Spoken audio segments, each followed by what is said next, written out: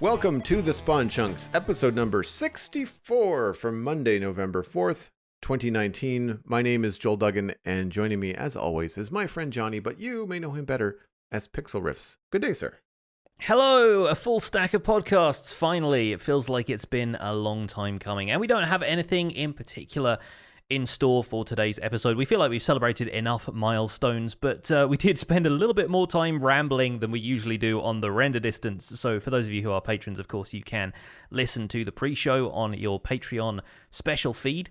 But yeah, here we are, celebrating episode 64, and hopefully another stack of episodes ahead of us at least, I'd say.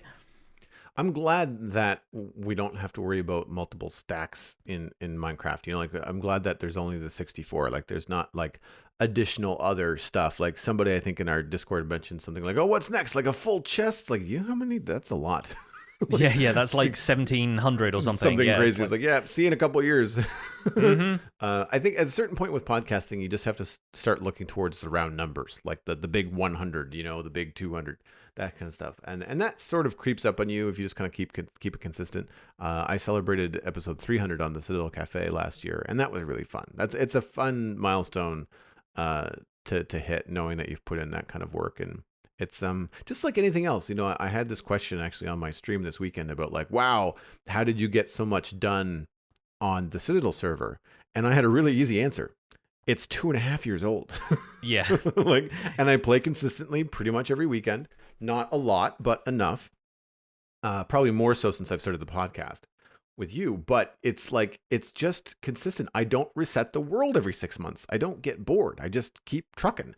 And so when that kind of stuff accumulates, there's just stuff to walk by, and there's blocks every time you need them. Like, it's really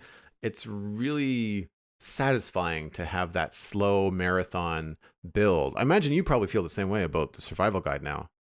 Yeah, I mean, the Survival Guide just celebrated its 250th episode. Again, didn't really do anything milestone-y for it, but it is something I get when I stream occasionally. People ask me, "Did you build all of this?" And I said, well, yeah, but I've had a year and a half to do that now, and this is my full-time job at this point. Like, I play Minecraft every day, except for occasionally I try and take Fridays off, but it's an ongoing project, and I've got 3 streams a week, and I'm, playing for an average of like 3 or 4 hours a day just to make an episode, not counting AFK time and, various other things. So there is a lot of time that gets put into these things. And now we've put a lot of time into the podcast as well, which, always feels like time well spent, I think.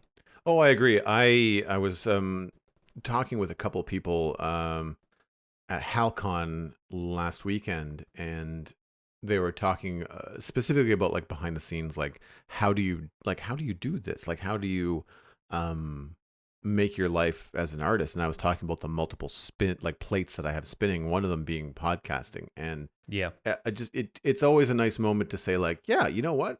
Podcasting pays my rent. Like, it's because of listeners, it's because of the support that we get, but it's a nice kind of pinch me moment where just like, you could have told me this 8 years ago when I started, doing podcasts for fun as a way to hang out with my friends who had toddlers and couldn't get together for beer. And now it's part of my professional life. So, we've mentioned it before on the Spawn Chunks that, you and I like Mondays because that's when we record the Spawn Chunks. For me, it's a first thing in the morning sort of thing. And it's what we do today, and it's a great way to start the professional week. It does not feel like work because I love hanging out with you, and I really enjoy talking with people in the Discord, and it's a fun way to contribute to the Minecraft community. Yes, definitely. If you guys can hear any increase in white noise from my end, by the way, it just started chucking it down here in England, so I'm quite happy to be indoors. And speaking of the weather, you've probably been dodging that in Minecraft by spending more time in the Nether. I haven't seen the sun for weeks. As a matter of fact, it's been it feels like a long time because I took the weekend off from streaming, obviously, for HalCon, so it had been about 10 or 12 days before between streams, and both weekends were Nether work, and this past weekend was no different. Although I have to say, because we had established kind of like a build palette and some design aesthetics 2 weeks ago, coming in this weekend was great because I didn't really have to reinvent the wheel. I just said, okay, I want to do this other hallway. I want to do this connecting hallway. I want to do this big room kind of at the end. And I've already had the other connecting rooms designed. So it's just a matter of like pulling a little bit from each room, that little challenge that you want to give yourself of like, well, let's take this design and tweak it, and make it so I don't want to copy it, but I want to do something similar. Mm-hmm. And so I'm really happy with the way that turned out. It's simple. It's very stone, very heavily stone and stone brick. But I did like andesite walls with the new andesite texture, which is really pretty. And then I did like double wide pillars, like 4x4 or 2x2 pillars. And the thing that I think was the triumph of my build this weekend was creating a parallax effect in the roof. Oh, nice. Yeah. Yeah. So what I did was I wanted to have some sort of skylight or some sort of like in these rooms in the nether, I kind of like letting the nether show up through like windows in the walls or glassed in hallways so that you can at least see just before you go outside, is there a ghast out there? Because I'd like to know, Mm-hmm. Yeah, it's kind of helpful, isn't it? Yeah, and it feels more like you're building in the nether rather than you're pretending to just not be in the nether. Yes, I feel like that's how a lot of people tend to design nether hubs in general, is to try and make it look as less like the nether as possible, like trying to eliminate all signs of netherrack, nether mobs, and usually you want to spawn-proof things anyway because it's less dangerous, but also a lot of the time you're bringing materials from the overworld and you're building with a theme that, while you still get that nether fog in the background, if there is a distant tunnel, it still tries to feel as little like the nether as it can. Yeah, and so I don't want the mobs showing up because I don't want the gas blowing up things that I built. But yeah, in general, I try to have a little bit more of a nethery feel. I kind of take what we've done, and I've mentioned this on the show before, is that I'm trying to indicate by quick color coding and direction. Like if I look down this tunnel and it's green and foggy, that's probably towards the swamp, right? Like that's kind of like just like a gut reaction.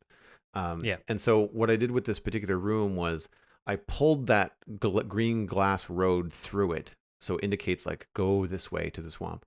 But then above the ceiling, I kind of like raised it by a half slab, and then I put glass on the outside of that crack so that you can. There's no way anything can shoot in or see in, but you can see out of it. Now I ended up covering up the nether, but I built a wall of mossy cobble and cobble another block away from the glass and then lit it up with glowstone that you can't see.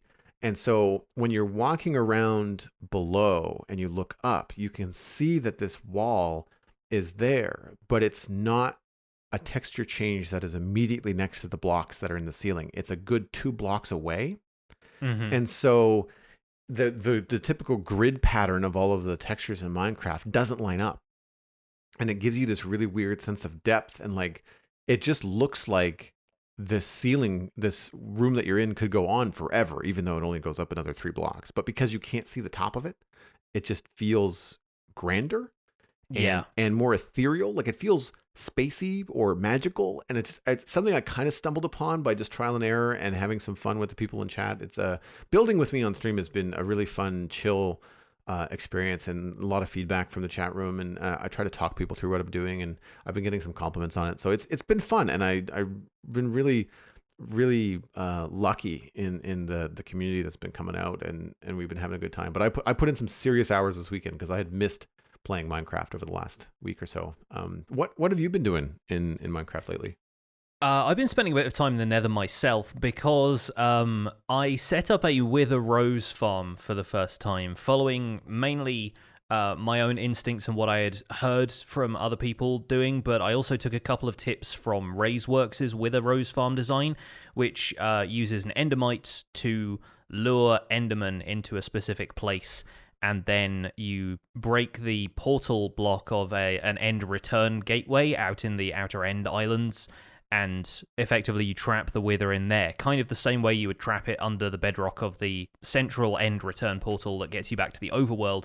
Nice. But instead you end up with the wither being able to kind of like poke its head out of the top of the bedrock, and so it can still shoot at the enderman. So the endermen drop from height, they take enough damage until they're hit from death, and then the wither basically just produces wither roses by fireballing each of them individually. So from that, and a short AFK session, I was able to get 9 or 10 stacks of wither roses. and I'm planning on using them to effectively weed out the other Nether Fortress mobs from a farm, because wither skeletons are the only fortress mob which is immune to the wither effect. So even if blazes or zombie pigmen or anything like that spawns inside this farm, they all get the wither effect and they die very quickly. And then the wither skeletons are left, and you can lure them out of the farm and into a trap where you can kill them, or you can lure them into the overworld and blow them up individually with charged creepers to get a 1-for-1 wither skull farm, which is pretty fun. I haven't got that far yet because that requires me to demolish a huge section of the Nether Fortress to make sure it is spawn-proof. And I could go around slabbing everything, lighting it up, doing the usual stuff that we do to spawn-proof these things, but I find the process of placing slabs or buttons or whatever on all of the surrounding blocks, it would be quite tedious, and I also wanted to introduce TNT duplicators to the series somehow.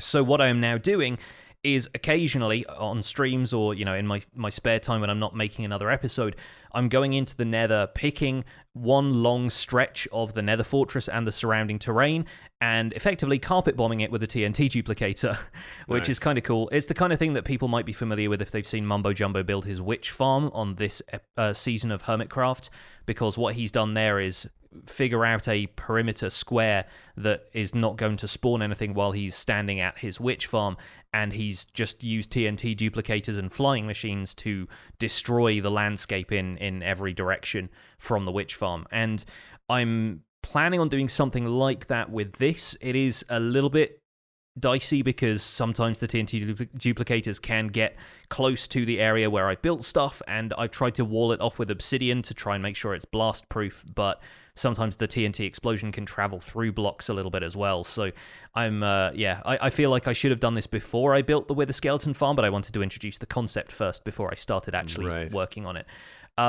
But aside from that, having a bunch of Wither Roses and now being able to work with TNT duplicators in this series has opened up a whole new world of farming. I'm planning on making passive mob farms and creeper farms and stuff using the Wither Roses because it's a nice, efficient way of killing mobs automatically, and it's going to circumvent the problem I had with my creeper farm where I built multiple levels to it, and for some reason they don't want to pathfind off the top level, even though there's a cat in the middle scaring them.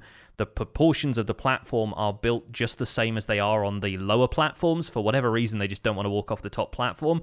So I'm going to revamp the creeper farm, use Wither Roses in that. And the video that went out today was something I had an idea for a couple of weeks ago and have finally been able to put into action.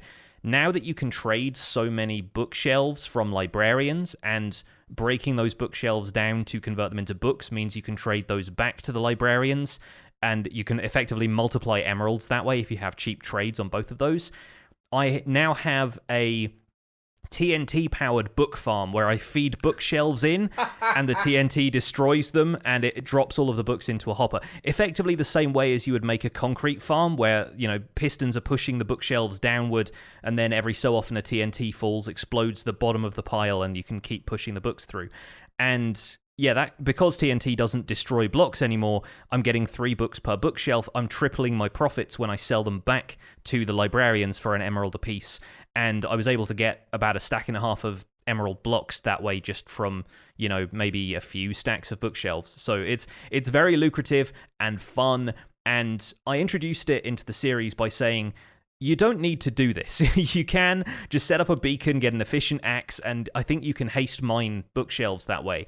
I've seen people do that, but you can use this farm design with the TNT duplicator and stuff. You can use it as a concrete maker, as an automatic cobblestone farm, as a tree farm if you can compact the logs into a single stream. I feel like there are many uses for it. This is just one that I found that's kind of fun, and I'm having a lot of fun with it. It's actually really, really good.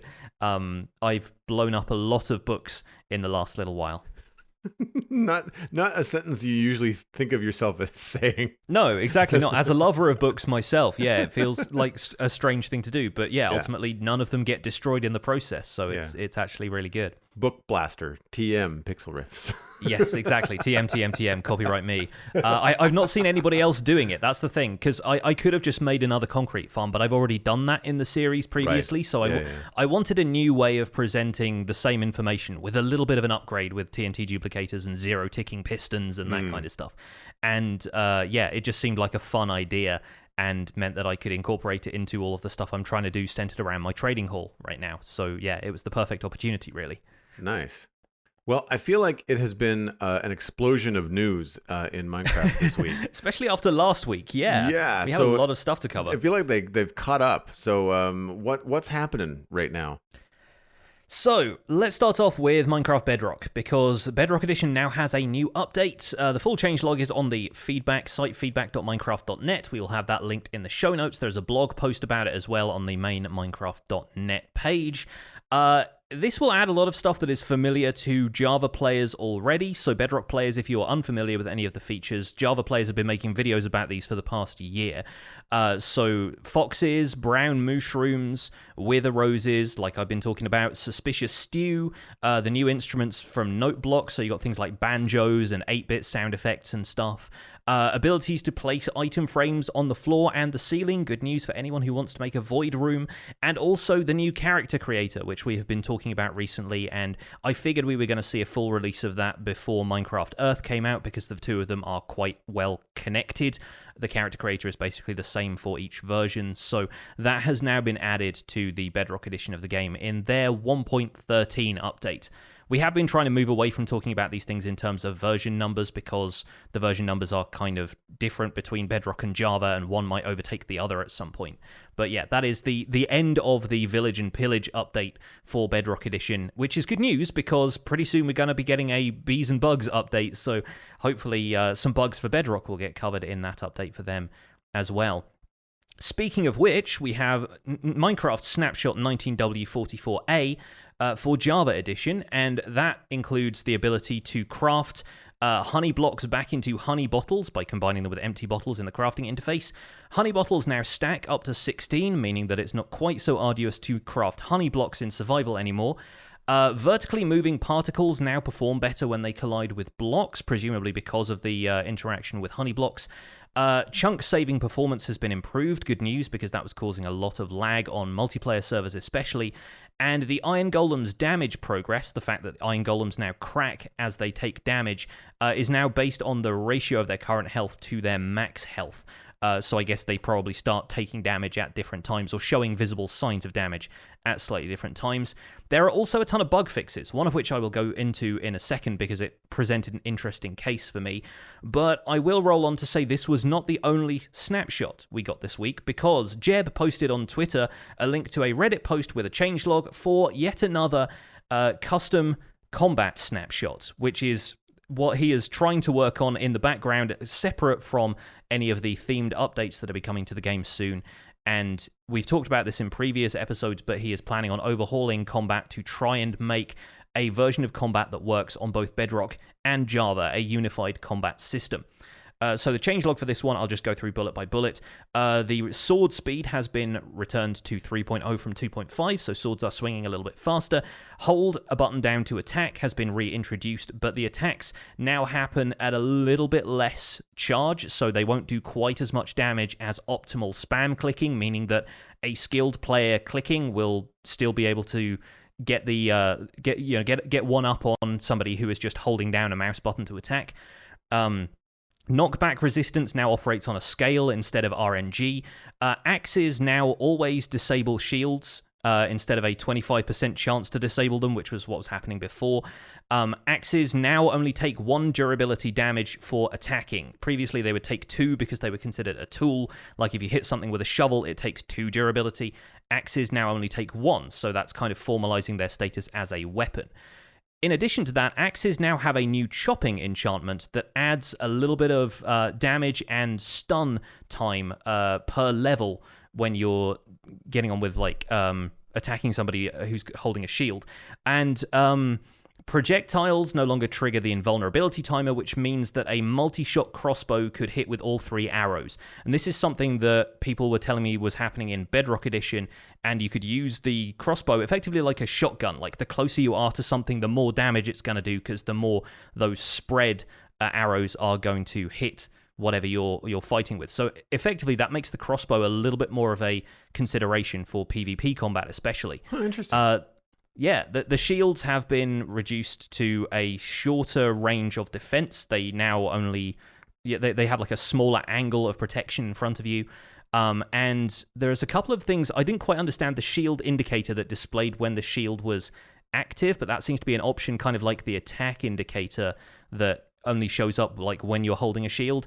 And there's also an option to hide the shield when it's active. And I don't know, I haven't actually been into this snapshot to take a look, but I kind of get the impression that, yeah, the shield is getting in the way of people's vision. So I kind of hope that there's an option to hide the shield when it's inactive as well, because right now that's one of people's main problems with the shields is they take up too much of the space on the screen in general. I've always looked at the shield from a content creator standpoint, which is like you said, it's in the way of your shot, of your camera.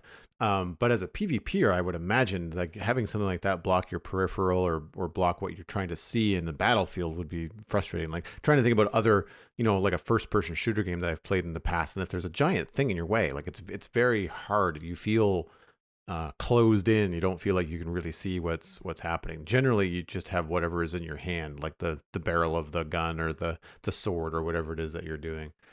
That's really cool that they've made those adjustments. We'll get into some of the details, I think, in a minute. But as far as Minecraft Earth is concerned, we have new rollouts in Australia, Sweden, and Mexico. And then later on in the week, we had South Korea, Canada, hey, that's me, and the Philippines. So we're not going to comment too much on it here. We're actually going to move the Minecraft Earth convo into the main discussion point this week because I actually had some time this weekend to mess around with it. On the Minecraft Dungeons front, I would encourage everybody to check out Minecraft Dungeon Diaries Origins. It's a YouTube video. It's a little kind of mini doc that the Minecraft YouTube channel put out. And it's a kind of a sit down with the developers of Minecraft Dungeons and the developers of Minecraft and how they're in the same office. Like they work next to each other and how they bounce ideas back and forth. And I really found it interesting. I only watched it through the once, but one of the main points I thought was really cool was they would come up with an idea for Minecraft Dungeons, and it's unique, and they want to keep it. But then they would work with the Minecraft team to make sure that this new idea still felt like Minecraft. Yeah. And I thought that was really cool. It's gonna be a different game. You're gonna have different things going on, but it's going to still feel like the core experience. And it's such a cool note to know that they're working next to each other. It's a fun little 10-minute video. Go check it out for sure. Yeah. I feel like it's also good that they've got that kind of dialogue, especially since there is potentially going to be a lot of demand for stuff from Minecraft Dungeons to end up in the core Minecraft game. We've talked about this, again, whenever we've addressed Dungeons in the past, is how much of this stuff is then going to be popular enough that they decide they're going to implement it in the main game. And if it already feels like a feature from the world of Minecraft to begin with, if it's not super outlandish and only made for Dungeons, then it makes sense that it's going to feel natural fitting into the main Minecraft experience if ultimately it comes to it. Yeah, no, that makes a lot of sense to me. As far as, I guess we can start with, like, say, the snapshots. The honey block crafting stuff to me just feels like a perfectly sensical, change. Yeah. Stacking honey bottles, making it a little bit easier to craft. Correct me if I'm wrong, but is honey as a food source not a really highly saturated food source? Like, does this give a little bit more of a deeper perk than just like being able to craft honey blocks quickly? Like, can you now, since you can now stack honey bottles and you cannot stack water bottles or potions, only empty bottles, does this give you like a better food source to carry around?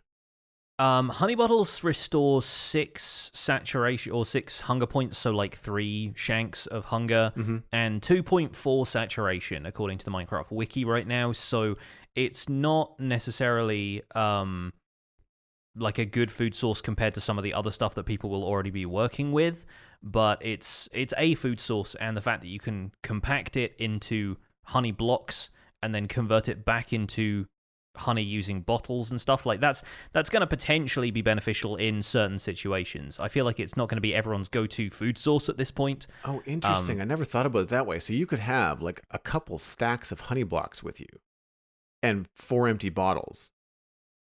And then as you need it, just craft 4 honey bottles. Yeah, you can just kind of break it back down into food again if you want to. The only problem there being that if you wanted to build something with those honey blocks, then you're effectively eating your building blocks at that point. So that to me is really cool, because something I really like about some of the resources in Minecraft is the ability to then turn it into a block and then turn it back into the other thing. Coal, Yeah. redstone, slime, like that kind of stuff. I think really helps with the inventory crunch that I think everybody's feeling right now. And Hmm. it's cool when you have new blocks being introduced or new features, like say the honey bottle. And then not only does the honey block have cool features and cool functions, but then it also serves as a, hey, you can store honey this way. If you're not a redstoner, then at least now, if you want a lot of honey around, you can keep it in block form as opposed to in bottle form. Hmm. Definitely, yeah. So we talked a little bit last week about waiting over a year for the mountain biome update, and I just wanted to say you will spare a thought for the Bedrock players who have had to wait 14 months for foxes, because we remember foxes being voted for in the Tiger update at Minecon, Minecon Earth, as it was at the time, what we're now calling Minecon Live. In 2018, and so yeah, that has been since September of last year that we've known about foxes being added to the game, and Bedrock players have only just got them, along with some of the other stuff that came up in the Village and Pillage update for Java players. So we should maybe have a little bit of perspective on the time it takes to develop these features for versions of the game, and we are patient people anyway. I think Minecraft also teaches you to be patient in a certain sense, but yeah, it's definitely worth pointing out that Bedrock players have had to wait a long time to get things like Suspicious Stew. And hopefully those people are now enjoying the fact that they can mess around and find foxes and grow sweet berries and all that kind of stuff. I think there are some things that may even have been added sooner for them, like pandas and so forth, that didn't make it to Java Edition. So they've had a spread to either side of the Java Edition release, where they got some stuff early and some stuff really late. I think pandas were the holiday update last year, were they not?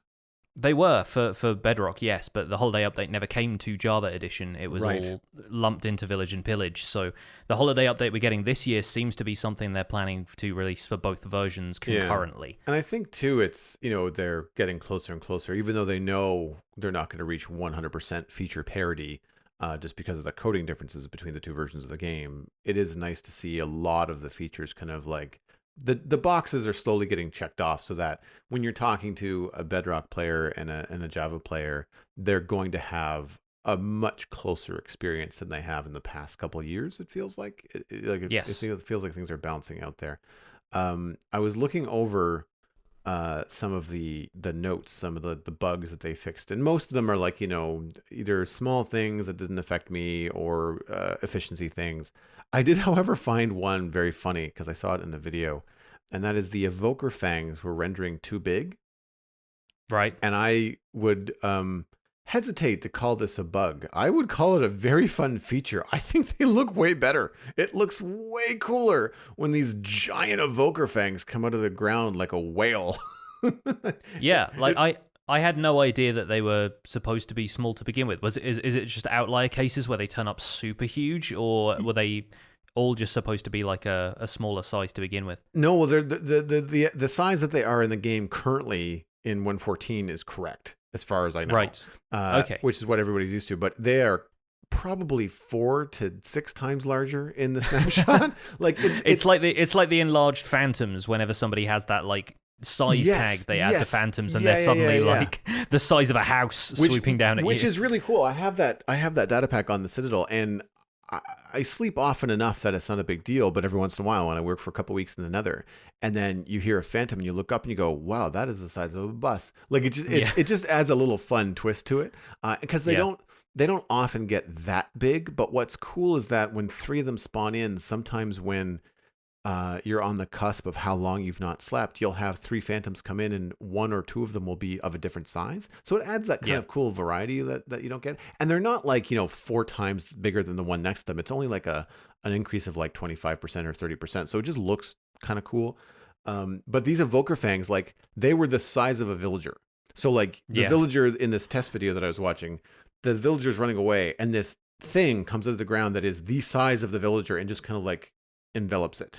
It's like a Venus flytrap kind of thing, just like swallows them up. Like Little Shop of Horrors. I mean, I thought it looked better, to be honest. I mean, it didn't work in the, like, I can't remember what it is. It's like a chain or something. Like they were too close together. So it did look broken. Sure. So the different renderings of it. But the final snap did look comically large in a good way. Like it reminded me of I don't remember whether are they called chomp chomps or something from Mario. Like it reminded me Like of chain chomps. chain Yeah. chomps. That's what it is. Yeah, it Yeah. reminded me of chain chomps in a very That's fun funny. nostalgic way. Yeah, yeah. Speaking of bugs that were being fixed in Snapshot 19W44A, I actually had somebody contact me on Twitter who I've actually cleared this with them. It was okay to mention who it was. Somebody by the name of Akoto Kusamoto was asking if tree farms were going to be broken because of a bug fix with Java Edition, which was given in the changelog as trees now require much more free space around them to grow. And I thought this was an interesting case because what it actually means is the reverse. Like, that was the name of the bug that was reported, i.e., you need to clear out a bunch of grass from around the bottom of an oak tree before it will grow with bone meal. And that's a problem that is currently in the recent release of Minecraft. Like, it's in 1.14. It has been there for a while. And this was an example of what I was trying to say a couple of months ago, where they've read the title of the bug report as though it was an entry in the changelog, as though they had fixed a bug, and now, in the fixed version, trees now required more free space around them to grow. The word now there is causing a bit of confusion. So they thought trees required more space after the bug fix, and that was going to break some tree farms. What it actually is the reverse, and you can have as much grass and stuff grown up as you want around the base of a sapling, and you'll be able to bone meal it, and it will still grow, which is great for me because some trees are just really picky about that stuff. It happens less for some types than others, but growing a giant spruce tree with a 2x2 square of saplings, if you have a single grass block, even at a diagonal to one of those trees, you can bone meal it all you want and it doesn't grow. And that's been frustrating for me farming trees manually, which is what I typically do. And now you don't have to worry about that. As of this snapshot, that has been fixed. And it still won't grow if there are solid blocks next to it, because I think they want to limit the amount of occasions on which trees will grow right next to something a player has built, just because they've put a sapling down in the wrong place. But it allows them to grow respective of, like, you know, the amount of grass and stuff, the natural stuff that's around it that you would expect trees to grow in anyway. I really wish that they would sort out a way to either name the bugs differently to begin with, or present them in a way that they just, like, because you could say trees will no longer require, you know, this much clear space to grow, and then have like the bug number referenced, right? I feel like plain language in these blog posts would be much more useful. Yeah, I kind of agree. And it's difficult because they are just copy-pasting all of the stuff that they've marked as complete for this release. Yeah. And so, yeah, that's all just coming straight from the bug tracker as it is titled in the bug tracker. And we've had correspondence from somebody who works as a moderator on the bug tracker before, and they've said they do edit those titles and some of the text in the posts for clarity. But then when it comes to presenting those as a list of changes for the player, you do have to remember that, yeah, some of this stuff is technically, it's stated as it was happening in the previous version, and you just have to think of it as the reverse because that's now been fixed. It's a weird mindset to get into, but you get used to it, I think, if you read these changelogs line for line. Yeah, the problem is that like on the blog post, the changes in 19W44A are listed in present tense. Yes. Present tense, and then the fixed bugs are in past tense, right? Mm-hmm. And they're right next to one another. You read them one after another, and I feel like that's maybe where it feels a little bit strange. But yeah, again, like once you get used to it. But I have found myself a number of occasions, even after a stack of episodes of this podcast, reading bugs like twice. I also find it difficult sometimes too with, like, depending on what social platform you're working on, you'll have someone that will share a tweet or share a post and then have their comment in there, and it may or may not be clear if you read it too quick who said what.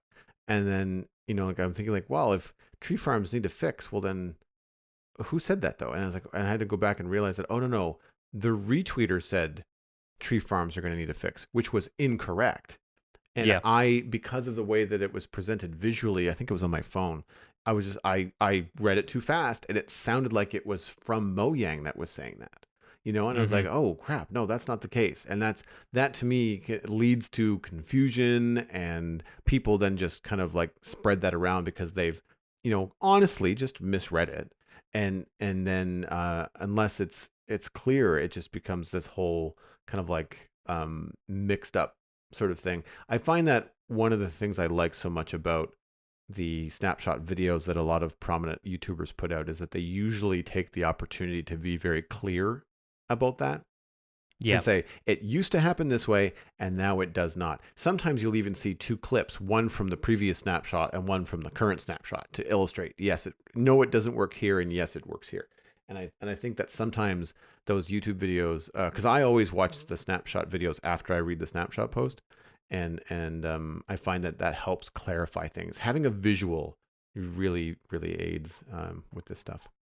Yeah, for anybody who doesn't follow Sliced Lime already, by the way, he is one of the Minecraft dev team. I'm pretty sure he is like the project lead for like Minecraft development now, or something along those lines. I forget what his exact job title is, but he is also a Minecraft YouTuber in his own right, and he frequently makes updates videos about the snapshots in which he goes into the behind the scenes of the bug fixes a little bit more in depth than the average YouTuber might. And while folks like Azuma and Cubfan are very thorough in some of the changes that they explore, especially in these snapshots which are bug fix heavy but feature light, Sliced Lime has a little bit more insight into maybe why the team has been making some of those decisions, and his word on the matter is always going to be like the most trustworthy, in my opinion. Not to say that the other YouTubers can't be trusted, but I mean, he's going to have the most accurate information, and yeah, he's going to not misinterpret any of the bug fixes that have come up, because he knows why they've all been fixed. I would say, like, probably worth checking out. Everybody else knows the what and the how, but he has the what, the how, and the why, right? Like, he would know the reasons behind it.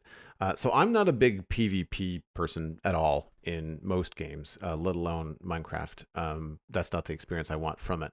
So I really don't have much to say other than some of the changes that I've seen in the changelog for the combat snapshot feel like they make sense. They pushed it really far, and now it feels like they're dialing it back and trying to find a middle ground to kind of please everybody. It still, to me, feels like PvE is going to feel easy in this new combat way. What are your thoughts on it? I kind of agree with the PvE thing, but I'm, as somebody who prefers building, and after a while when I'm at endgame, I don't really like dealing with mobs all that much, so I'm kind of okay with that. Besides that, once I get up to scratch with my gear, I'm pretty happy taking on anything anyway. A couple of swings of a sword or a decent bow shot will take care of most of it. I like the fact that they have a new enchantment available for axes, and the main concern is that chopping would be meaningless in PvE because, if there are no mobs that use shields, so I think he's made sharpness and chopping mutually exclusive. So chopping can add some damage instead of sharpness, because that would allow it to be effective in PvE when you're attacking regular mobs, but still have some use in PvP when you're attacking players who might be defending themselves. And people were suggesting alternative things that chopping could also do, like if it was an extra level of efficiency that would allow you to instantly mine wood where you can't currently do that with a haste beacon. Nice. Or if it could be something like vein miner or tree capitator, where it takes down the entire tree at once, which I think is something that they vetoed because they don't want to have a single action break multiple blocks. We've talked about that before. But yeah, there is a little bit of back and forth about what the chopping enchantment could do that might add some depth to it for people who aren't interested in, messing with shield blocking and fighting other players and that kind of thing. But as for right now, it does just seem to be a basic damage boost in much the same way sharpness is. There is very little else to unpack about the combat snapshot. Like you, again, not really a PvP player, so I haven't really looked into this snapshot all that much. People have been largely positive about the changes in the Reddit thread. They've said, they like the fact that axes are now being treated more as weapons, and they're suggesting other things that chopping could do, and yeah, for the most part, yeah, it all seems to be fairly positive now. So that's a good sign that they are dialing in, like you said, the ultimate version of what combat is going to look like going forward. And still no news about exactly when this is going to come out. I expect there'll still be a few more phases of testing. It might get introduced into the main snapshots that you can just get from the launcher at a certain point. But as of right now, no further comment on that one, I guess. And we should move on to our main topic and to chunk mail, which are kind of connected because, as you mentioned earlier, Minecraft Earth is now available in Canada. Among other regions, so you've had a chance to get hold of Minecraft Earth, and I feel like this week's email actually ties it in really well. So I'm going to read this email. It comes from Emmerich the 15th, I presume that's what the Roman numerals are for, who is a landscape artist patron of the Spawn Chunks. Thank you so much for your support and for this lovely email, which is in reference to Minecraft Earth and its early access in Australia. It says, "Hi, Jonny and Joel. I'm loving the Spawn Chunks podcast. I have binged episode 1 to 62 over the last few weeks while working and playing Minecraft, so now I'm up to date. I'll be awaiting your show with anticipation every week. I'm in Australia and played Minecraft Earth for the first time today," this email was October 31st, "in early access. So far, the game looks and feels like vanilla Minecraft, and I've had the opportunity to gather some resources and build a dirt hut, which, with their permission, we've got a picture of in the show notes. As Joel mentioned in an earlier episode, the constant tapping to gather resources is a little tedious. I think a tap and hold would suffice. The immersion experience is fantastic. Moving your phone into a gate and tapping to open it, then moving the phone into the build is really cool, if not a bit strange at first. This is the first time I've ever played anything with augmented reality. My only other concern for Minecraft Earth is battery usage. I have a Galaxy S9, and for 15 minutes of gameplay, my battery dropped from 40% to 25%. It could be that my phone is a little old, but I wonder how much time you can actually play the game, though maybe that's a good thing. Great podcast, lads. Cheers, Emmerich the 15th. P.S. I've sent along screenshots of my dirt hut and the resource gathering screen. Which is lovely because I haven't really seen that many other screenshots. Most people who've been playing the game, who've been posting on Twitter, have been posting stuff from build plates and stuff like that. So it's kind of cool to see the walking around screen. You've obviously had first-hand experience with that so far. So I think we should fold our email feedback a little into our main topic for the week and talk a little bit about your first impressions of Minecraft Earth. Sounds good. Before we do that, I want to give a quick shout out to Carter Operman, who sent us an email specifically for episode 64, but we just didn't get it in time, and there was just too much to cram into this episode. But thanks very much. We got it. We read it. And hopefully we can fit it into a future episode because it was an excellent email. We really appreciate it. But I didn't want to go without mentioning the fact that we got it because it was specifically aimed at episode 64. So yes, let me load up my Minecraft Earth. We'll see how long. I lied. My phone's plugged in. It's not going to die in the middle of the podcast. But I want to have the interface up on the screen so I can at least talk about it intelligently. To springboard from from Emmerich's email, my battery is abysmal on Minecraft Earth. Yeah. It's hard to say at this point because early access I still think is pretty beta. So I don't know whether this is something that can be optimized in the app, whether it's something that is just too hard on older phones in terms of AR just being really graphics chip intensive. Emmerich mentioned that they had an older phone. The Galaxy S9 was made and released in March of 2018. That to me is not an old phone. My SE is just 2 years old, and I got it in 2017. So the device I'm using is an iPhone SE. So it's not a big phone, but it is.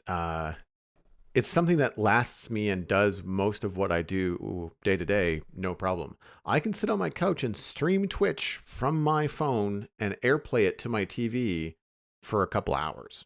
And it's fine. Mm-hmm. Now, it'll run the battery down, but it will last. 5 minutes in the inventory screen in Minecraft Earth drains my battery by 30%.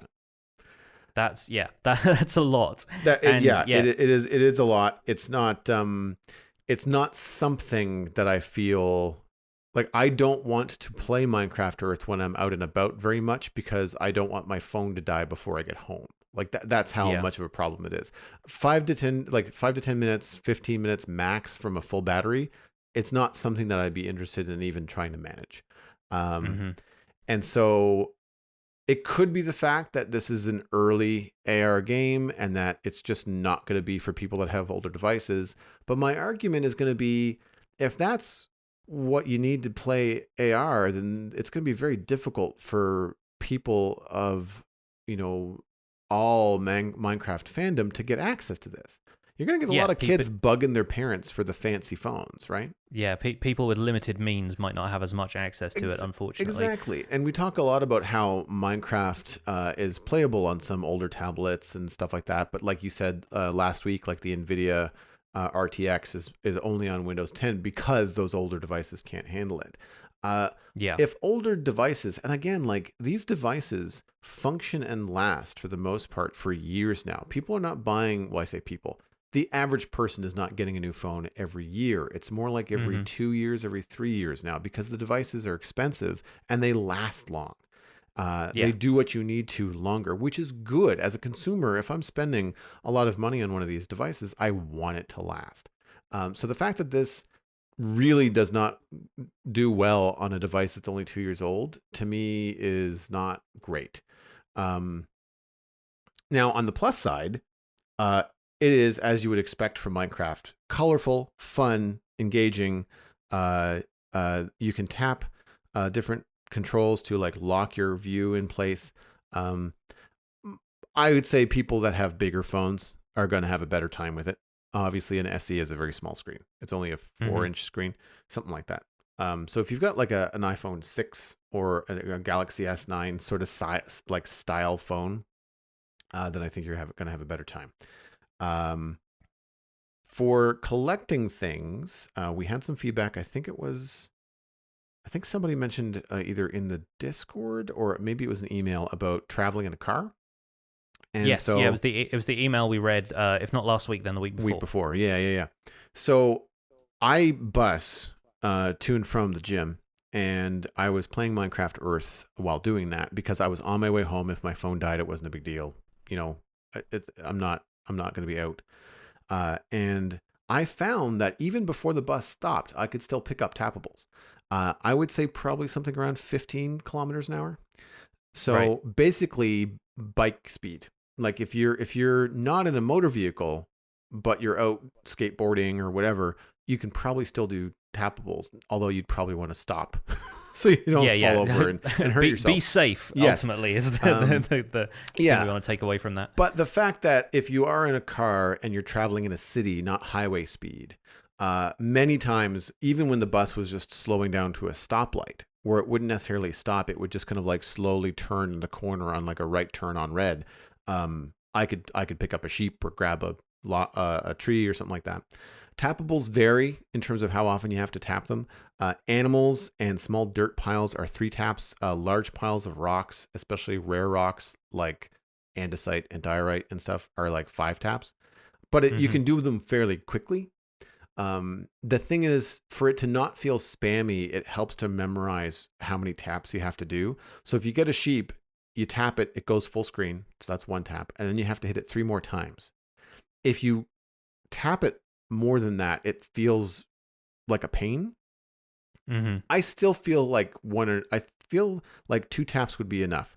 1, because you want to make sure you've tapped the right thing. Like, did you want the chicken or the cow, right? If you got the cow, then awesome. If you didn't want it and you wanted to exit it, then that would be a good confirmation. I think 2 taps is fine. You know, yes, I want that thing, and yes, break it and put it in my inventory or collect it. I can totally see what they're trying to do with making everything tappable. They're trying to sort of imitate the motion of a player's hand, tapping away at resources, but that's also not how we're used to controlling Minecraft, because you click and hold stuff in order to break it, right? So it feels at one and the same time understandable, but also not intuitive to the way we are used to controlling Minecraft. We're so used to actually holding down on something to get it, even if on screen what's happening is tap, tap, tap. Exactly. And so I feel like, and even I think Emmerich said that a tap and hold would suffice. And I think even just like a tap and a tap to confirm would be fine. Now, that said, once you are collecting an item, it's very satisfying. There's a sparkle animation. The pigs and the chickens and the cows actually kind of react to being not punched, but kind of like poked You poked them, yeah. in a jovial way, and then they kind of look around like, wait, what's happening? And then they go into your inventory. Yeah, So you poked a pig in the arm at that point. yeah, exactly. The famous podcast phrase goes. And they squeal and they jump up and they kind of like do that cartoon thing where they jump and they kick all their legs out at a time. And so they're almost like they're excited. It's like, yay, he picked me. And then they go into the inventory. And so that's really cool. And it's the same thing with rocks. It reminds me of some of the animations that we've seen in Minecraft dungeons when stuff explodes or you break a wall or whatever. Not break a wall, but like if you do something and something engaging happens. So when you break these rocks or these tappables, they crack and then they crack some more and then they explode and then you get this inventory trickle of like, boop boop boop, you got 3 diorite and boop boop boop, you got 6 cobblestone or whatever it is that you get. And so that kind of stuff is fun. Sometimes it does feel like it takes a little bit of a long time, but at the same time, you're learning what you're getting. So it's nice to kind of have a mental note of like, okay, so even though that was a dirt pile, I only got like 3 blocks of dirt, but I got 2 flowers and, grass or leaves or something. And so that kind of stuff is good to kind of have a mental, idea as to how to manage your inventory. Everything else is pretty straightforward. Like, I mean, it's a blocky version. It's very accurate. Like, it looks like my street and the corners, and I can look at the map and say like, oh, okay. So if I go down the road, down the hill, it looks like there's some cool stuff down there. There's a compass, and I didn't realize this at first, but you can tap the compass on the interface, and it will either lock your view, and then you have to swipe your finger to turn the camera around, or you can tap the compass and it will lock it to then the phone's orientation. So then you can, as you turn your person, it always looks straight ahead. So it's very much like moving a mouse in Minecraft.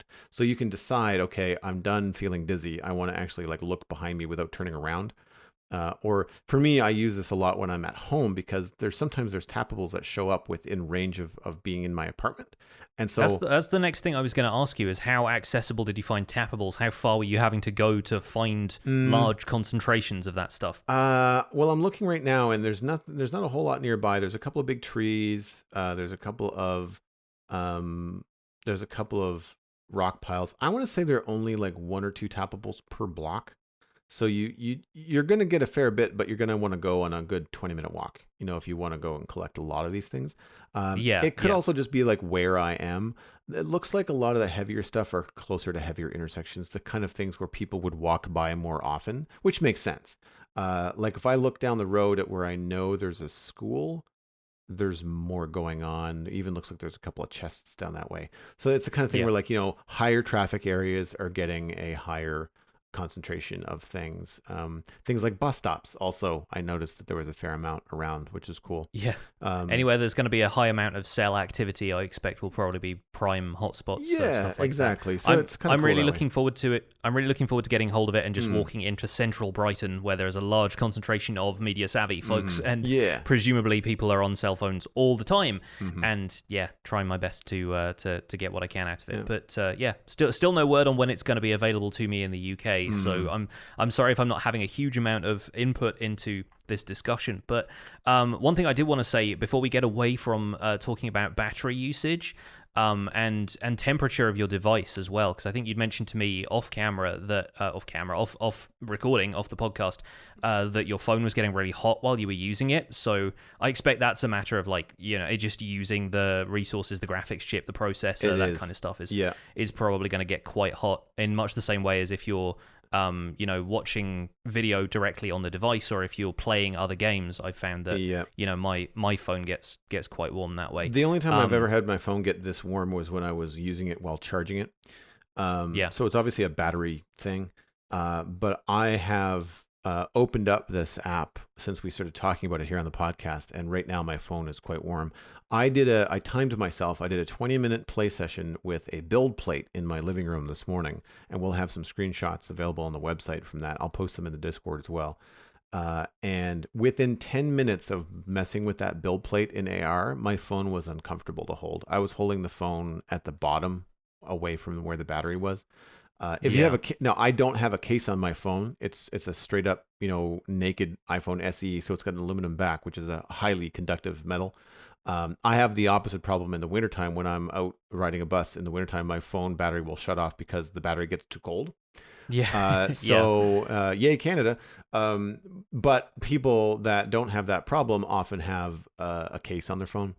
I would imagine that if I had any kind of rubber case on my phone, I would not necessarily notice the temperature that much, nor would it feel uncomfortable. It's not something that's going to burn you, like it's not going to burn your leg or burn your hand, but it's akin to taking like a warmed plate out of the oven, putting your dinner on it, and then moving that to the table. You don't necessarily want to hold that for longer than the trip from the kitchen to the table. That's the Yeah. kind of temperature we're talking about. So it's again it and also, as you know, as an expensive device that you're holding, it doesn't feel good. Like it feels like, this shouldn't be this hot. You know, Yeah, like you're like I'm kind of cooking it at this point, and yeah, yeah. you know it's getting too hot for the rubber cases when it just starts to melt Yeah, all over your hand. yeah, nothing like that's happening. But yeah, like, Yeah. so that kind of stuff is off-putting. Now, I haven't tried it with anything like an iPad, at home. I also haven't really. I mean, I'm on Wi-Fi at home. I'm assuming it's using my Wi-Fi. I'm hoping it's not using my data. Um, but outside, I don't know what the data crunch is going to be because I have not been able to use this for more than 3 minutes outside the house. Yeah. So I'd be curious for anybody that does have an unlimited data plan. If you want to email us at thespawnchunks@gmail.com, or if you're in the Discord and you know and can watch the data on your phone at length, if you have any feedback for us, I'd love to get that input. Um, Collecting stuff was pretty good. Like, few short walks from the bus stop. I don't live on a road that has a lot of tappables. However, in the course of just our conversation here, I've noticed a number of tappables have disappeared and then others have appeared. So they kind of rotate. After a certain time, I don't know whether it's global or whether it's just whenever you're logged in, they'll just be like, all right, we're going to remove these and then we'll place new ones. And they're like a block away. Yeah, they're on like a respawn timer, I guess. Yeah, that might sort of be, thing. Yeah. Yeah. I enjoyed working on the build plate. It works very much like creative. There's an interact mode and a collection, or what's it called? Interact mode and collection mode, I think. So collection operates more like creative. So unlike tappables in the world, when you're tapping on blocks to collect them from a build plate, one tap and that grass block goes right into your inventory. Unless there's something on it like a flower or an actual grass plant, then it's two taps, one for the grass or the flower, and then another one for the block. And so I had a decent amount of stuff, nothing that I could really build anything with. But when I mined out that build plate, I ended up with something like 90 stone, a stack or two of grass and dirt. I've got 25 gravel. I've got 5 cows, 6 chickens, 4 pigs. So I have enough stuff. And I started building a small stone house. What I didn't have was anything fancy. I didn't have any crafted blocks, because as we heard last week, there's a timer on crafting. Yeah. This is where the naysayer in me is going to come out. Uh-huh. I figured it might be. It's got nothing to do with my time management. It doesn't feel good. Like, as a gamer, I went to make sticks because I wanted to have a sword and a pickaxe. Because I didn't know that I wasn't I didn't know that I wasn't going to, I don't know what I'm going to use a pickaxe for. I don't need it. I'm just tapping blocks to collect them. It's like creative mode. So I'm not sure why I even crafted a pickaxe other than just robot brain from playing Minecraft, right?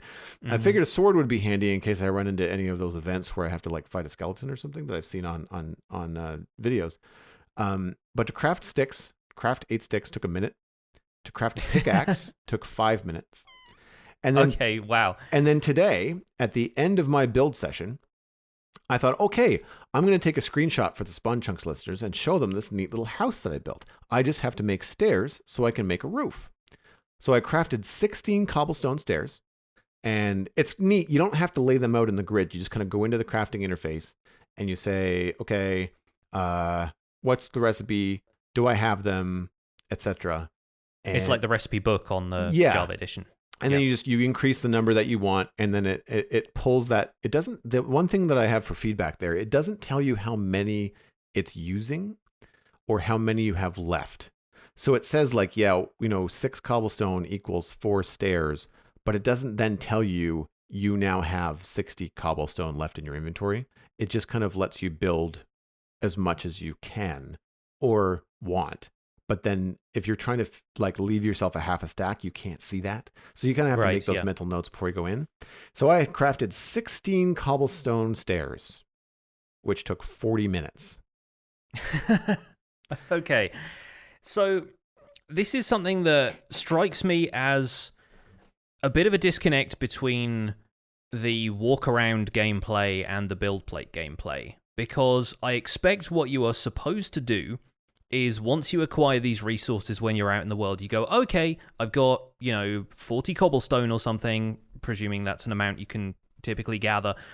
I'm going to turn half of that into stairs. So you get 20 cobblestone or, however much divides by 6. Yep. And you say, okay, I'm going to make those into stairs. That's going to take 40 minutes. Those will be ready for when I'm building stuff in my build plate later. That's how I think maybe they imagine players doing this.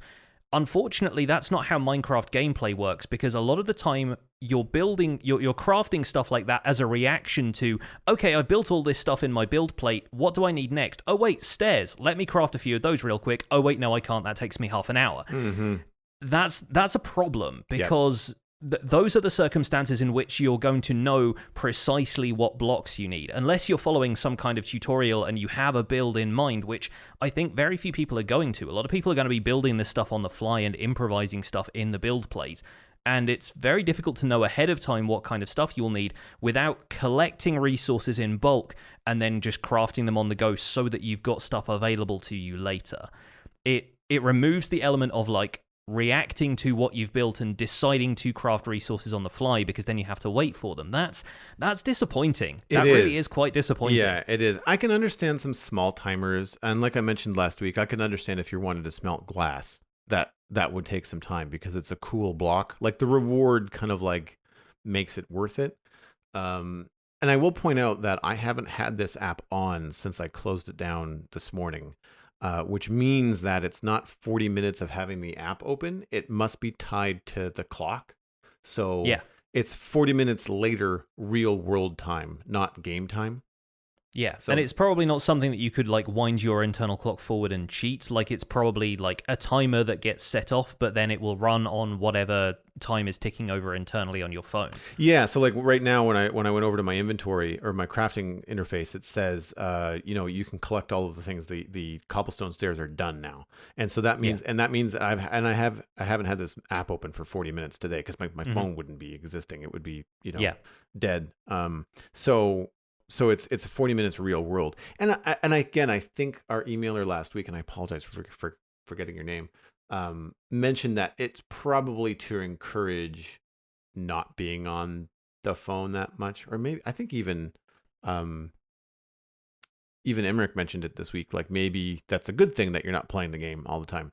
I noticed it specifically with a small phone. It's probably just because I'm old and I notice this kind of stuff. Is like I really felt hunched over playing it. Because it does the build plate was really cool. Like it was on the table. It felt like it was in my space. Walking around it was really neat. Like it felt so much more accessible than moving a character with the WASD keys and looking around with your mouse and game. Like it really felt cool to walk around a Minecraft build. It makes me want to try Minecraft VR, right? I mean, they're incorporating human movement into it, which is just not really possible to simulate with a mouse and keyboard. Really cool, but the problem is that it's a 4-inch screen. So, I mean, I wear glasses and stuff, but like even then, it's still like I'm up on my nose to the thing because it's just like because you're trying to like place blocks, and I can tell you right now, mining is easy. Placing blocks on a flat surface, also easy. Placing more of those finer things, like putting the floor in on this house, took me 5 minutes because it was constantly misclicking and placing a block like 4 blocks below where I wanted to put it because I kept on missing the edge of the block that you wanted to place down. So there's some things there where you can zoom in by moving in and actually putting your phone kind of like in the build. You kind of clip through it like spectator mode, but you can't place anything at that point. Because when I discovered that, I thought, oh, wait a minute, this is really cool. I can put my phone in the front door and then very clearly see where I need to put my floor, but I can't tap anything. I can't place a block at that point. I have to back up so that I have a clear shot. I can't be in the wall and then still place a block, which makes sense. I can imagine, I can understand that from a programming standpoint why that wouldn't work. Um, but other than that, like the experience of working on the build plate was cool. I did find that when I moved around a lot, the build plate would not stick to where it was. It would stay in Right. the right Y coordinate, but it would rotate a little bit. And you can see that in some of the screenshots where the build plate starts off kind of like in the middle of my table and then slowly slides off the front, or it It kind of rotates. drifted towards the edge. Yeah. Yeah, or it rotates so that it's not square to the table. And it doesn't, it's not a big deal. It didn't break the experience. It's just something that I noticed that it was like off a little bit. Um, but I mean, if you want to collect stuff, I'm telling you right now, the best thing to do is to get a build plate and then mine it out. Now I didn't. Yeah. I mined everything out except for the water because I haven't found iron, so I don't have a bucket, so I can't actually collect the water. So I don't. Yeah. So if I get rid of it, there's no water. So I left the little pond, but I basically mined everything out to bedrock and then put like a fake dirt floor. So once I did that, you actually have quite a bit to work with. It's just that you're going to have to anticipate these crafting timers. I think it's going to be an issue. Um, Yeah. I haven't yet had the opportunity to go and stick this in my backyard, like actually Hmm. stick it out in the world. See it like actual size, as it were, to scale. To do that, I'm going to have to bring my battery pack with me and go out with the phone plugged in and just kind of like explore. And I do plan on doing Hmm. that at some point. I might even do that today. I might get off the bus a little bit early on the way back from the gym today and just kind of like collect stuff on the way home. Um, so really, there's this mix of satisfying gameplay. I really like walking around in the world. It's really cool to see all these little Minecraft tappables in your neighborhood. I've lived in the same place for a number of years, so I can see, I know what streets are what, even when they're in like Minecraft pixelated world. I can see the Halifax Harbor from here. Like it's really, really neat. Something that I didn't realize at first either, because they don't give you these instructions. If you pinch and zoom in the map view, you can rotate the camera. Or rotate your zoom level. It's akin to if you've ever played a city builder game. It's not straight up and it's not straight back. It's like this weird arc of Right. kind of like 3/4 over your shoulder or 3/4 bird's eye view, 45 Yeah. degrees. Yeah. And you Yeah. can see I can picture what you mean. Yeah, you can see a lot more. This is the other thing. I wish there was an easy way to capture what I'm doing. Right? Like I think I have to figure out a way to send my phone to my computer and then record via OBS or something, because it's really neat to do that. But so much of this is visual, so I apologize if I'm not explaining this the best. But like I said, like there's a build plate tab. My build plate automatically saves. Like when you're done playing, like I'm looking at the entry level 8x8 build plate. It has my house on it right now. So like I didn't save it. It just automatically saved my progress. It's tied to your Microsoft Live account or your Bedrock account. So I'm Captain Duggan in Minecraft Earth because I forgot I had a Skype account. Captain Duggan is my Xbox gamer tag. Sure. Yeah. And then across the bottom, the other kind of bit of feedback I have is that the crafting interface was really hard to spot. I tapped on it because I thought it was more build plates, but it's a jumble of the new building blocks. There's a crafting table, a stone cutter, a furnace that's on, and in the back there's an enchanting table. But they're all kind of in the screenshot provided with the email, it's like the middle icon in this row along the bottom. Yeah, that does not say crafting to me. On a it's maybe 8 millimeters wide on my phone, and it does not look like a build, like a crafting interface. Yeah, if it was just a picture of a crafting table, Precisely. then maybe that would be which is what is at the top of that screen. Once you're in that tab, it's a straight up crafting and smelting. There's a crafting table and there's a furnace, and there's one slot in each one, and there's locks on other slots. So it looks like you can craft up to 3 different things at once later on. Those features are either coming later, or maybe I'm not high enough level. I haven't played very much. I'm already level 3. My character says that I've got 204. I'm guessing that's blocks mined. Yeah, blocks collected 204. Blocks placed 172. That feels weird. Because I don't feel like it's been that many. Mobs collected 21, and I've played for now a total of 29 minutes, including the 20 minutes that I played this morning. So only 9 minutes of walking around, and I've collected a number of things. Mm-hmm. The character creator is really fun. Like, there's a number of things I can't really get into in great detail now because we're kind of running out of time. But stay tuned for the post show in Render Distance. We can probably get into a little bit more. It's definitely worth checking out. And I think there's still an opportunity because in the app, they give you a link to give feedback. So battery length, the crafting timers, let Mojang know what you think. Because I think if they're listening, then I think there's an opportunity here to use it, have fun. Stay safe when you do it. There's a lot of visual pop-ups over the whole screen. It's like it won't let you play before you have to agree to don't go where you're not supposed to. You're moving too fast. Are you driving? Like, there's all these different safety prompts, which is great. And it's an iron golem that says, like, hey, tisk, you're not bouncer, doing this right. Yeah. So they're doing that right, which I think is great.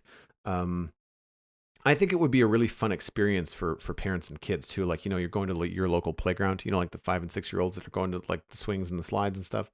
Bring your phone along and tap stuff. And I think that there's some fun engagement here, especially because then you could both be friends and then build on a co-player plate, when you get back home. There's some really cool stuff there. I'm really looking forward to trying it on a bigger screen. I think would be my main parting thought is that I think part of my experience is limited by the fact that I have a very small phone. I'd like to invite some friends over that have larger devices and have like a play session. I think that could be really fun. Yeah.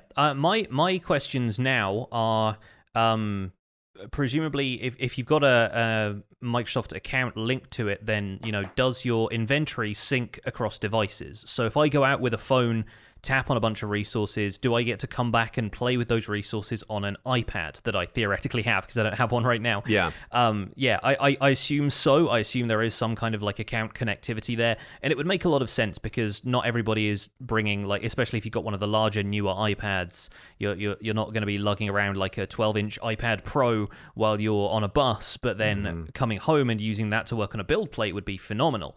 So I'm interested in that. Also, before we go, going back to the battery thing, I did ask in the Spawn Chunks Discord if anybody had a few battery statistics for me to compare to yours, because people had a variety of devices in there, so I thought it'd be good for comparison. Particularly how this compared to the battery usage of playing Minecraft Pocket Edition. Because obviously, that's still a graphically intensive game. It's still using a lot of the same kind of mechanics and so forth. So Minipacks was kind enough to provide me with some information about their Pixel 3 XL, which I've got here in the show notes. So Minecraft Pocket Edition, so Bedrock Edition of standard Minecraft on the Pixel 3, consumed about 0.5% of battery per minute. By comparison, walking around with Minecraft Earth collecting tappables consumed 0.75% per minute, so, 0.25% more, not a huge increase. But then building in AR consumed 4% of the battery per minute. So that means from a full battery, 25 minutes at most before your battery gives out. On a Pixel 3, I mean, the screen size there might factor in a little bit, but I presume a larger device is going to have a larger battery capacity as well to factor that in. So, it seems like across the board, as long as you're, using the build plate mode for a considerable amount of time, you're going to need to have some kind of power supply to plug that in. And therefore, I don't see a lot of people building an AR on the go. If they are using AR at all, it's probably going to be to put down something that they've already been building at home, take a quick snapshot of it, and then walk off collecting tappables again. But it does seem like the AR, because it's using the camera and because it's having to project all of this stuff, not to mention the tappables view is going to be tracking like GPS location or radio tower location, kind of triangulating your position and using your data and the graphics capabilities and stuff as well. I expect most of that is going to be unavoidable as far as battery usage goes. Hopefully it can be refined a little bit. Maybe they're just playing the long game. Maybe they're waiting for, phones with the battery life of like the iPhone 11 Pro that just came out, Yeah. as like they're waiting for that to be the standard, at which point concerns like this are going to hopefully not be as big a factor. But once again, that is relying on the top end of the consumer market and people who are staying up to date on having the newest device, which is simply not realistic for the broader audience they're working with here. Yeah. So we will see how that brings to bear on Minecraft Earth once it is more widely released. I did speak with some people in the know in terms of like what this app is asking of these devices, and essentially AR right now is like the biggest ask. Yeah. Like video streaming used to be a thing that caused a lot of battery issues and stuff, and now it's optimized and it's not a big deal. In part, a good portion of that is like, YouTube compression. Like, it's one of the reasons why that stuff is so heavily compressed, is that so it doesn't drain the mobile usage, right? Yeah. So there's this combination of like batteries getting better, phones getting better, modems and connectivity getting better, data plans being better for video, and that's become less of an issue.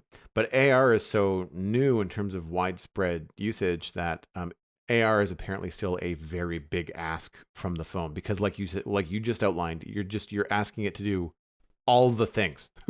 Like everything that the phone can do, it has to do to make this AR thing kind of believable. What I think would be nice is that if you're switching from being on the map to being in the build plate, because the build plate takes a couple minutes to load. Well, not a couple minutes, but it takes a good 30 seconds to load. So you feel like you're going into a different part of the app. I think the map should be the same. Because if I'm in the inventory, or if I'm in the crafting interface, or I'm surfing the store, it should not be sucking the life out of my battery to do that, right? It should only be the intensive parts that are doing that. And I don't know if that's possible. This is just kind of like an observation. And before, I know we got to wrap things up, but before we go, we were wondering how they were going to monetize this particular venture. And I have an answer for you. Build plates cost rubies. Rubies are things that you collect. I seem to get more rubies when I collect animals. But in my 29 minutes of play, which has been very random and not focused on collecting, most of those minutes were spent building, I have 19 rubies.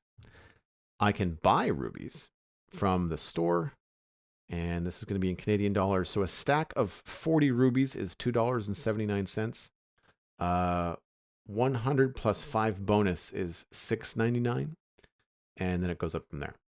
And so knowing that you can mine out a build plate, if you want more blocks in a hurry and you feel like dropping the money, then you can buy rubies, buy a build plate, and then mine it out. But again, it's going to be mostly dirt and stone, right? Sure. Unless you find... How many rubies is it to buy a build plate? Entry-level build plates, 8x8, 75 rubies. Okay. 225 for a 16x16. There's 100 rubies, and this one has like a pre-built wooden platform. So I'm looking at torches, fences, cobblestone walls, all kinds of stuff. And that's like it's an 8x8, but it's vertically, it's probably 16 plus whatever you can dig out of the ground, and it's full of water. So there's a bunch of stuff that you can get in there and potentially do. There's one 16x16 that has a full farm, house, and looks like a small Minecraft village on it. That's 375 rubies, or roughly $20 if you were to just buy it, right? So, yeah. But I feel like if you had a battery life that would allow you to collect rubies for 20 minutes, you could probably get 75. Like if you were out there just collecting constantly and walking around. You got to remember, I've walked through the same street twice, and I only collect what I can see. I can see stuff in the distance. I've just not bothered to walk to go get it. So I could have a lot more rubies if I was focusing on collection. So so I think ultimately they've got a decent balance between people who can invest time into the app and people who can invest money into the app, because you're always short of one or the other, right? Yeah, that's the kind of value proposition they're working with. So okay, that is good to know, and hopefully this has been really interesting for people who haven't got their hands on Minecraft Earth yet and were interested. Thanks for sharing your feedback on this, because it's kind of cool. I got the RTX scoop last week, and you get the Minecraft Earth scoop this week. Oh, it's all good, man. It's fun. It's just there are a couple of points that are frustrating, and I think that ultimately it's the crafting timing, for me in particular, this is not a criticism of the app, but of my device. It's not going to be a great experience on small screens, I don't think. And there's just a little bit of getting used to in terms of how it functions because it's a tap, because it's a different app. It does feel different than Minecraft. You kind of have to get used to that. But those are the main points, I think. Right, well, yeah, like I said, hopefully people have enjoyed hearing a bit more about Minecraft Earth, and once again, if you have any feedback of your own about Minecraft Earth, if you are in one of the territories that has access to it already, the growing number at this point, please do send us an email or hit us up on Twitter. That would be absolutely lovely. But that's going to wrap up this episode of The Spawn Chunks. You can find more information about the show and links to some of the stuff we've talked about today at thespawnchunks.com. The music for the show was composed by me, and The Spawn Chunks is proud to be a listener-supported podcast. If you get some value out of the show, why not consider putting some value back in by visiting patreon.com/thespawnchunks and joining our community. Pledging at any level gets you an invite to our patrons-only Discord chat and gets us closer to our future goals, including being able to record the Spawn Chunks live in Discord for our patrons to listen in. We're currently at 135 patrons, which is down from last week, but it's the beginning of the month, so Patreon might still be processing a few payments. Special thanks go out to our content engineers. We have one to add to the list this week: Cameron Sigelski, Greener Canuck, JD Williamson, and Yitz. Thank you guys so much for your support on this episode. Greener, how's it going, eh? Spread the word. Sharing the podcast with your friends is the best way to support the show. It's 100% free. You just have to tell people about it. And we are trying to grow the listener base, so we would very much appreciate it if you would do that. You can find us... Treat your friends like tappables. Tap them on the arm until they listen to the Spawn Chunks. Exactly. You can find us at the Spawn Chunks on Twitter and Instagram. But like I said, personal recommendations are by far the best way to share the show. You can now poke a friend in the ear. We've been releasing these little clips on Twitter that are about a minute long. Jonny does a great little job of showcasing part of the show. So if you want to share that with people, you can do it that way as well. You can email the show at thespawnchunks@gmail.com. Let us know what you think of Minecraft Earth. Subscribe on iTunes, Android, Stitcher, and Spotify. You can also find us on YouTube. You can get the RSS feed on thespawnchunks.com. And of course, the render distance is available to our patrons at patreon.com/thespawnchunks. My name is Jonny, but online I go by Pixel Riffs, and you can find most of what I do at youtube.com/pixelriffs, where I attempt to make sense of this crazy and wonderful game in a series called the Minecraft Survival Guide. I also stream 3 days a week on Twitch, where I do behind-the-scenes work for the Survival Guide series, and I'm the voice of the unofficial Hermitcraft recap, which you can find through a quick YouTube search. Aside from that, I'm at Pixel Riffs on both Twitter and Instagram. Joel, where can people find you online? Everything that I am doing online, including my illustration and design portfolio, is at joelduggan.com. You can find my podcast, The Citadel Cafe, from that link as well. I do that every Wednesday. We're going to be talking about some cool new shows coming up this week. You can follow me on YouTube, Twitch, Twitter, and Instagram with just my name. I am super easy to find, and I am going to point you towards Twitch, where there are now 3 huge streams from this weekend of me bopping around in the nether and doing some designing with the chat room. Pretty chill experience. I hope you like it. That's at twitch.tv/JoelDuggan. Thanks for visiting the Spawn Chunks. The world outside is infinite, but our batteries are not.